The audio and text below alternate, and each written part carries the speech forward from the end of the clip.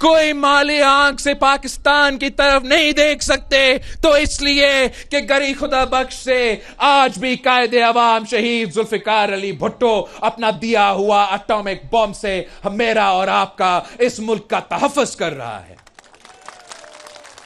Pakistan peoples party की वजह से अगर आज किसी एक ही मुस्लिम मुल्क है पूरी दुनिया में जिसके पास एटॉमिक बॉम्ब है, जिसके पास आतमी ताकत है, तो वो भी आपका और मेरा पाकिस्तान पीपल्स पार्टी की वजह से, कायदे अवाम शहीद जुल्फिकार अली भुट्टो की वजह से।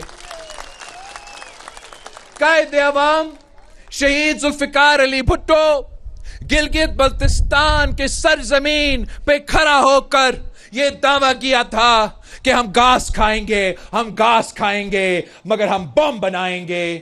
तो मैंने कल स्कर्दू में वहां के अवाम से कहा था कि यह गलत नहीं होगा अगर हम दावा करें कि पाकिस्तान का यह एटम बम का तोहफा असल में गिलगित बल्तिस्तान के अवाम का तोहफा है। और अगर आज भी कोई माली आंख से पाकिस्तान की तरफ नहीं देख सकते, तो इसलिए कि गरी खुदा बख्श से आज भी कायदे अवाम शहीद जुल्फिकार अली भुट्टो अपना दिया हुआ एटॉमिक बॉम्ब से मेरा और आपका इस मुल्क का तहफ़्फ़ुज़ कर रहा है। एटम बॉम्ब के बाद जो पाकिस्तान का दिफा के लिए सबसे बड़ा अचीवमेंट वो हमारा मिसाइल टेक्नोलॉजी है।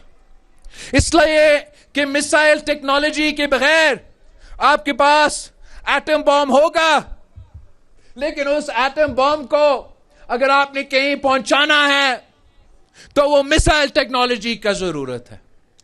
और ये मिसाइल टेक्नोलॉजी जो आज पाकिस्तान के पास है, ये शहीद मोहतरमा बेनजीर भुट्टो का तोहफा है।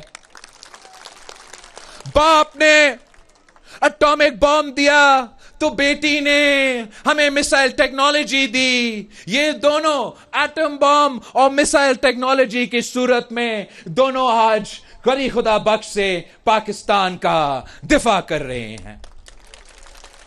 और मैं समझता हूं कि एटम बॉम्ब का तोहफा, ये मिसाइल टेक्नोलॉजी का तोहफा के बाद अगर हमारा उसके बाद तीसरा सबसे बड़ा कामयाबी आपको मैं समझता हूं वो ये है कि एक आमिर का दौर में पाकिस्तान ने किसी दूसरे ममालिक को यह इजाजत दिया था कि वो हमारे यहां अपना बेसिस बनाए, मिलिट्री बेसिस बनाए, और वो अपने उन बेसिस से दूसरे ममालिक, मतलब हमारे सरजमीन से कोई दूसरा मुल्क मुसलमान ममालिक पे हमला करते थे। कोई ऐसा एक कैदी है 420, वो कहता है कि मैंने कहा था एब्सोल्युटली नॉट। ना तूने एब्सोल्युटली नॉट किस चीज का कहा? इस इनका हुकूमत आने से पहले, मियां साहब का हुकूमत आने से पहले, मुशर्रफ का हुकूमत के बाद एक ही ऐसे मर्दे हुर का हुकूमत था जिसमें ये हिम्मत था, जिसमें ये बहादुरी था, जिसमें ये ताकत था कि उसने एक लात मार के वो तमाम बेसिस बंद किए और हमारे उन मेहमानों को खुदाफिज कह दी। और मैं अब समझता हूं, जब मैं देखता हूं कि इस ईरान जंग में किस किस्म का जुल्म हो रहा है, तो मैं समझता हूं कि एटॉमिक बॉम्ब के बाद, मिसाइल टेक्नोलॉजी के बाद, यह पीपल्स पार्टी की तीसरी सबसे बड़ा कारनामा है कि उस मुल्क का हमने वो बेसिस बंद कर दिया। अगर हम बंद नहीं करते तो फिर वो कैदी कह सकता था कि एब्सोल्युटली नॉट। हमने तो बंद कर दिए थे वो बेसिस, किस चीज का एब्सोल्युटली नॉट। ये कामयाबी, ये बहादुरी सिर्फ और सिर्फ पाकिस्तान पीपल्स पार्टी ने तारीखी तौर पे आपको दिखाया। जब कायदे अवाम शहीद जुल्फिकार अली भुट्टो ने मुस्लिम उम्मा को ये एटॉमिक ताकत दिलवाया था, उससे पहले एक अमेरिका का सेक्रेटरी ऑफ स्टेट होता था, हेनरी किसिंजर। उसने कायदे अवाम को वार्न किया था कि आप ये एटम बम ना बनाएं, हम आपका बुरा एग्जाम्पल बनाएंगे आपका।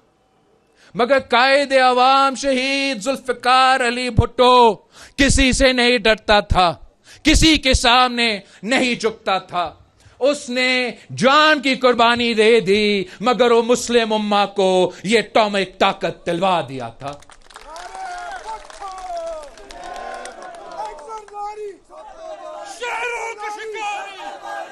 आज भी जब हमारे पूरे खित्ते में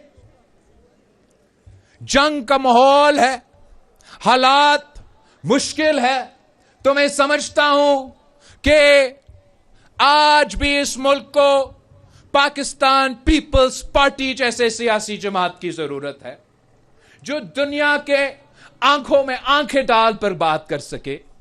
और वो हम सिर्फ इसलिए कर सकते हैं कि हम असल मानों में अवाम की नुमाइंदगी करते हैं। जब हम दुनिया से बात करते हैं तो वो जानते हैं कि इनके पीछे अवाम है, वो जानते हैं कि ये लोग अपने अवाम के हकूक पे, अपने मुल्क के कौमी मुफाद पे सौदा नहीं करते। तो आज भी इन मुश्किल हालात में मैंने और आपने जिद्दोजहद करना है। हमने गिलगित बल्तिस्तान में पाकिस्तान पीपल्स पार्टी की हुकूमत बनानी है, और इंशाअल्लाह ताला 2 साल बाद पाकिस्तान में भी इलेक्शंस होंगे और हमें वहां भी पाकिस्तान पीपल्स पार्टी की हुकूमत बनाना पड़ेगा।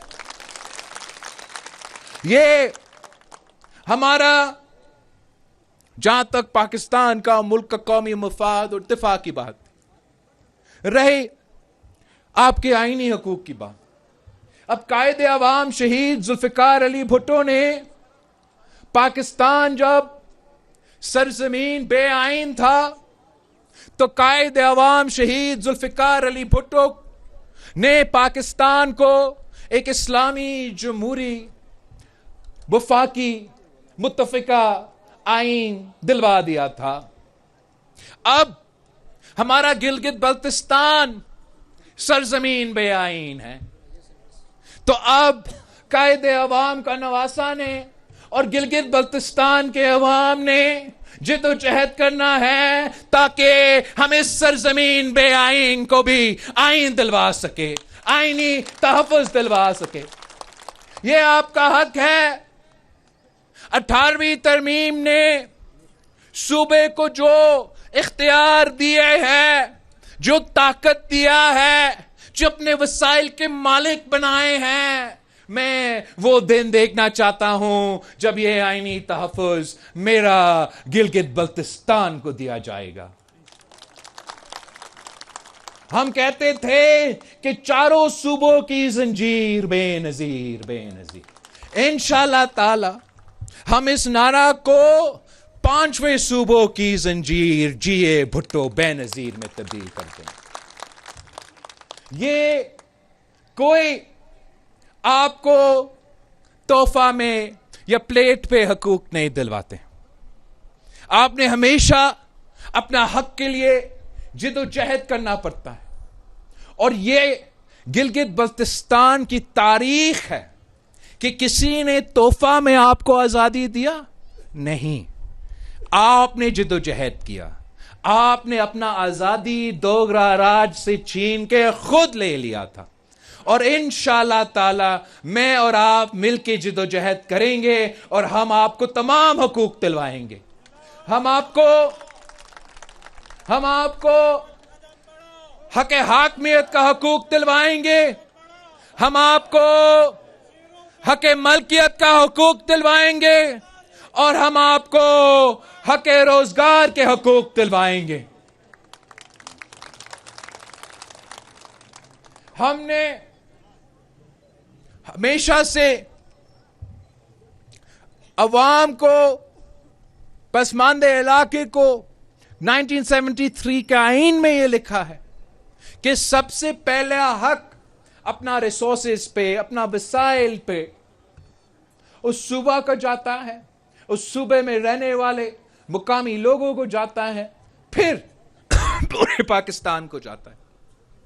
और हमने इस्लामाबाद को यह बात समझाना है कि पूरा पाकिस्तान तब तरक्की करेगा जब पहले गिलगित बल्तिस्तान के अवाम तरक्की करेंगे, आप मुआशी तौर पे मजबूत होंगे, आप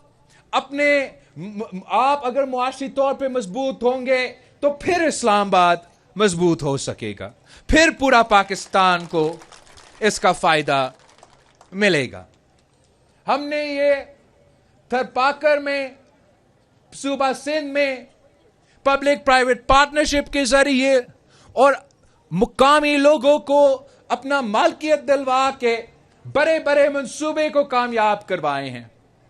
हमने थरपाकर में कोयला से बिजली बनाया है और इंशाअल्लाह ताला हम गिलगित बल्तिस्तान में पब्लिक प्राइवेट पार्टनरशिप के जरिए आपके पास इतना नेचुरल रिसोर्सेज मौजूद है कि आप ना सिर्फ अपना तमाम बिजली की जरूरियात पूरा कर सकते हैं, मगर हम ऐसे पब्लिक प्राइवेट पार्टनरशिप में मंसूबे लेकर आएंगे जिससे ना सिर्फ आप अपना बिजली की जरूरियात पूरा करेंगे, आप पूरा पाकिस्तान को बिजली बेचेंगे।